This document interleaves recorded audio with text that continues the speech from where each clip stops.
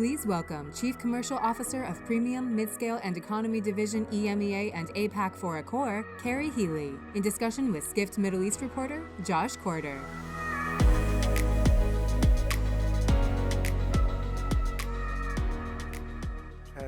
Chaz. Mine isn't quite as on brand. I'll paint it yellow for next year. Yes, I know. I did well, didn't I? Kerry, thank you so much for your time. It's a bit different now because it's been luxury today and yesterday. Yeah. We're obviously in luxury. Issam, CEO of Dubai Tourism, was talking today that he doesn't quite believe the skepticism that Dubai has a luxury and pricing skewed to one way. For you obviously run more than 1,000 hotels. Yep. I think you told me 1,013 now. Well done. Under premium, midscale, and economy. Correct. For you in this market, so dominated by luxury, five-star hotels, what is the purpose of your division in this market? Okay, great question. Well, I mean, first of all, it's great to be here. Very new to Dubai, so nice to get around and meet everybody. Well, first of all, premium, midscale, and economy is 90% of what Accor does across the globe. And for us across the region, Middle East, Asia Pacific, it's the 1,013. In Middle East and Africa, for us, the opportunity is rife. I mean, the reality for us is you listen to Issam and you're trying to open up the UAE, Dubai in particular, for new markets to be more affordable. So there's a lot of opportunity for us to pitch in one of the 17 brands which sit within the premium, midscale, and economy. And I would say even beyond that, further than that, you only have to look into some of the key source markets, again, that you're talking about, whether it's China from just before or India, and you see the rise of the middle class, and you need affordable options. And that doesn't all come from luxury and lifestyle. I mean, India has managed to keep itself Dubai's #1 source market for a long time, during a time where there were largely just luxury hotels here. So what is the opportunity to focus more on non-luxury products for these key source markets?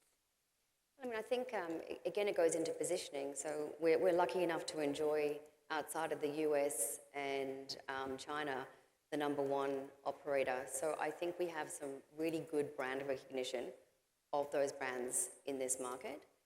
So from those big source markets.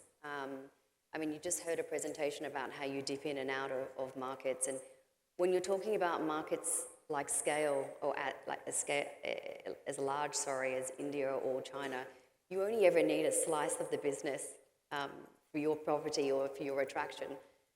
You're not mass market tourism as an individual hotel. So again, it's about getting the right brand awareness on those markets, and it's around the service offering as well. I mean, I think I heard Peggy talk about proactive servicing just before she left the stage. So be that food and beverage offering, local language, and I think the other one is when we're finding partners to run our hotels with, we're also trying to find the right local partner that helps us tweak our products so that we land the right experience for customers. How is it for you looking for partners at the moment? Everybody wants a branded residence and on an island and that sort of stuff. How is it for you when you go to the investor table? Yeah, I mean, I think Sebastian spoke about it yesterday for anyone that was in the room. So branded residential is a huge opportunity for us. So much so that we actually have our own division. So I don't get involved with the day-to-day investment or bidding on those properties, but it's true to say that there's a huge interest in what it used to be very mixed use. We did it with something else, but just standalone residential. For us, we see opportunity throughout the wider region, not just here in Dubai, for standalone mixed or residential living, and we'll use the Living brand, which we put on the back of Pullman, Movenpick, or indeed Swissôtel. I mean, I should say that we never just stop there. There is a Novotel Living coming very soon as well. So we will do it on our mid-scale brands. It depends on the market and what the customers want in that market. But yeah. You know, the topic of conversation here is sort of driving loyalty with the brands that you yield. And a phenomenon that we've been seeing recently is driving loyalty with non-hospitality products using hospitality brands, so like the branded residences you're talking about, or villas, or credit cards, or experiences. In the tier of brands you operate, what is the opportunity for non-hospitality hospitality branded products? Okay, so I think if we talk about the broader ecosystem of partnerships, probably good to understand that certainly for Accor, if I take the Accor, the corporate hat, it's 40 brands, and so the loyalty program is brand agnostic and services those, which is a major advantage in driving loyalty. You know, we all like to think that people are incredibly brand loyal to one brand, but with the amount of data that we have, we see you know, very positive trends to consumers who might love the Fairmont brand or might love the Pullman brand, but you know, the fertilization between the brands really, you know, that's dictated to the purpose of travel and why someone's choosing any particular brand on any particular day of the week. What do you mean by fertilization? I mean, so let's say they've said they're usually a Fairmont person, but they've also, in their guest history, we can see they've used Novotel and they've used a Mercure, they might have used an Ibis, and we've seen that through customers who are Raffles customers who will have a reason to stay across the other brands. So, sorry, to go back to your question, so all is for everything, for all the brands, and the benefits of that, you get cross brands, and I think the name of the game at the moment is to create more touch points for your customers inside that ecosystem, and that's where the co-brand cards come in. So we have one here with ADCB, and we have one in Korea with Woori Bank. We have partnerships with airlines like most of the other international brands, and we look to basically create a multitude of touch points so that a customer can do more with us or experience more with us through limitless experiences. We curate our own events. We partner with obviously F1, Sell GP. We run a couple of arenas, so we try and make sure they get some, but not just go to the event, something that you couldn't get yourself. So money can't buy experiences, and within that, that's how we create loyalty. So how I create loyalty for the premium, mid-scale, and economy is not that differently on a wide component of how a luxury brand is going to also create loyalty. And then there's also the in-house experience. And then it's back down to customer preferencing. Where do they choose? What do they like? Who are they as a person? And those credit cards that you have that you talked about, obviously in this part of the world, It's a lot. People love to spend. I'm pretty sure many people in this room have a credit. Who has a credit card here? Who has a co-brand card in the room? You're not allowed to answer, Amro. Obviously, your competitors are actually big on credit cards these days as well. Yeah. I mean, how are these doing for you? Look, it's early days for us. We certainly went into the partnership space, probably a little bit behind our US competitors. But I think you could see through COVID, for anyone who reads a report at the end of the year about how much money those programs make for those organizations and the sale of points. And so obviously it's a focus for us, both in terms of EBITDA generation, but it's also just a way in which, again, it's to keep that customer pulling out of the pocket the All app, the lifestyle program, and doing more with it. So, and that's, you know, you continue to evolve that experience, but that's what it's all about. You want to create value outside of the moment that they stay with you or dine with you, right? So that's the power of loyalty. And I guess each individual brand would have their strategy on the in-house experience, the guest experience, the service culture, the brand core components, and how well do we deliver that. And then it's supported by the loyalty program. So we get a double hit there, which is wonderful. Just to sort of pivot to another topic of conversation, talk about trust. I feel like, you know, there's a key difference between trust and loyalty. Trust is what leads to the loyalty. They have to trust you first, and then they're loyal to you. In the brands that you have, how is it you foster trust? Because if there's a Fairmont in a destination, it is, you know, it's a bucket list hotel. people will be fans of Fairmont, they will go only to that hotel. If there's a Midscale premium or economy brand of yours, it's likely peppered amongst a dozen other hotels in the area. How do you make it so you're the hotel they trust? I mean, I think there's several questions. I mean, first of all, they of course could find a ton of lifestyle hotels and luxury hotels, not just the one luxury hotel. But first of all, pricing, right? Is your price the right price on the right channel at the right time? Because the moment that you're not in control of your pricing, you've lost all trust. Even worse if they're a loyalty member. They've seen that and there's no value to them anymore. So you've eroded that value. But I believe the guest experience in property plays a big part. And how do they hear about that? They hear about that through social. What does your reputation look like? What are you saying about yourself online, and what are customers saying about you? Do those two stack up? Because people are checking you out, right? So we've heard all about it for the last 2 days, and it's social media on steroids now with AI powering it. I mean, there were some fascinating presentations of the last few days. So, your reputation, what you can do about it, what you control, your service, and then of course it's brand building. It's who do we partner with to talk about our brands. Isam showed some, really funny influencer videos at this morning's briefing, and or was it here? I've seen him twice today. And we also do that as well. Who can talk in the Indian market? Who can talk in the Australian market? Who can talk in Japan or Korea about either the loyalty program or a brand that helps give credibility to the product or the brand? So we do a lot of everything. And beyond it's not one thing, I guess, is the answer. Savvy social media and marketing, I feel like in the non-luxury segments, a lot of the decision-making for travelers, especially if they're visiting your hotel for the first time or your destination for the first time, is price.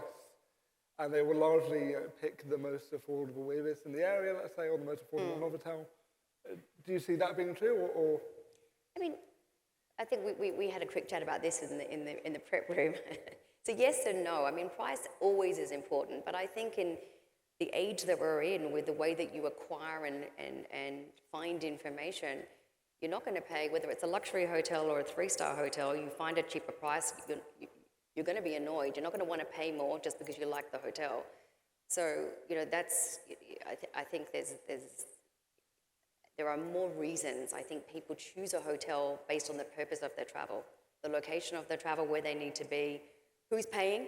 Is the company paying? Sure, I'm going straight to the Fairmont. Am I paying? Maybe not. Am I going with extended family? Am I conscious about someone else's budget?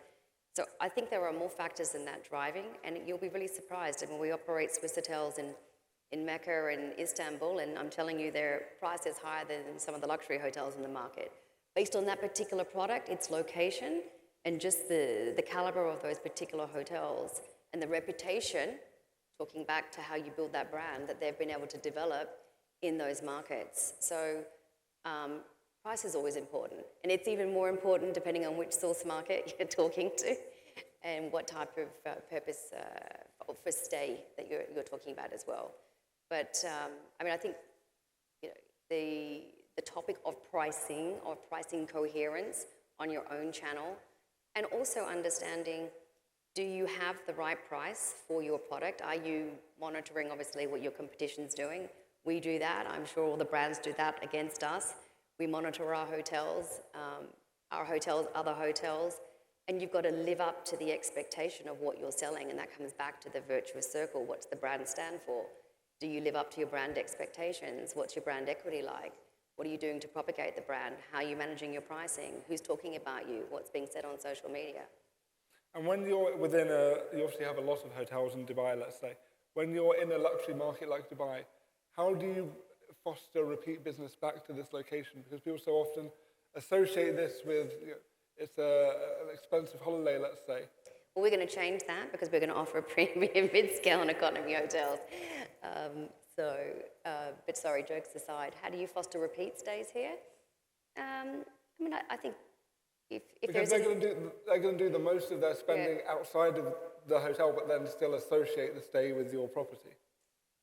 Yeah, but I don't know that doesn't mean they won't come back and stay with you, right? I mean, I still think you have an opportunity to impress a customer, whether you're in a 3-star or a 4-star or a 5-star, because it's even a different level of expectation. So good service, right? And hitting the core brand standards and making sure that you've lived up to what you said your brand is. Because even if I choose an Ibis hotel, I'm expecting what? I'm expecting a comfortable bed, because I tell you we have a comfortable bed.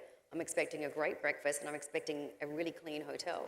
So depending on what I'm talking about, as long as I've done that, then I live up to the expectation. I think, how do I encourage repeat? We encourage repeat stays of the brands through the loyalty program. I mean, whether someone chooses to come back to Dubai or not is a little bit beyond the control of the hotel, or me for that matter. And I would say that, depending, the business traveller will come back. Someone at a travelling event who might have stayed to attend this event might decide to come back with their family next year, and then might like it so much that the following year they come back to celebrate a 40th or a 50th. So a good service, good service, right price. As perhaps one more question, something I've always been interested in an organisation like the Accors and the Marriotts, the IHGs, who all have brands right from economy up to ultra luxury. Do you put thought in, I want my travellers to start out the brand, 5 years, they're beginning with Ibis, then they get a bit more money, they get older, and they move up and up and up the scale? 100% you do. What is your entry point? And what's the life cycle of a customer? How do we start talking to, and I go back to, how are we attracting to our brands younger audiences?